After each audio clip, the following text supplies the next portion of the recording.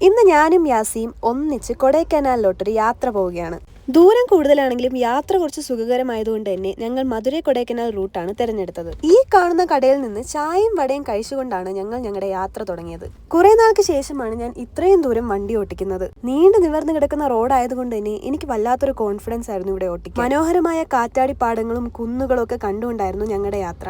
ഉച്ചയ്ക്ക് ആഹാരം കഴിക്കാനായി ഞങ്ങൾ ദിണ്ടിഗൽ തലപ്പാക്കട്ടിയിലാണ് കയറിയത്. അവരുടെ ഐക്കോണിക് ആയിട്ടുള്ള മട്ടൻ ബിരിയാണിയും പിന്നെ ഒരു ചിക്കൻ 65 ബിരിയാണിയാണ് ഞങ്ങൾ കഴിച്ചത്. കൊടൈക്കനാലിൽ വീണ്ടും ഇ പാസ് നിർബന്ധമാക്കിയിട്ടുണ്ട്.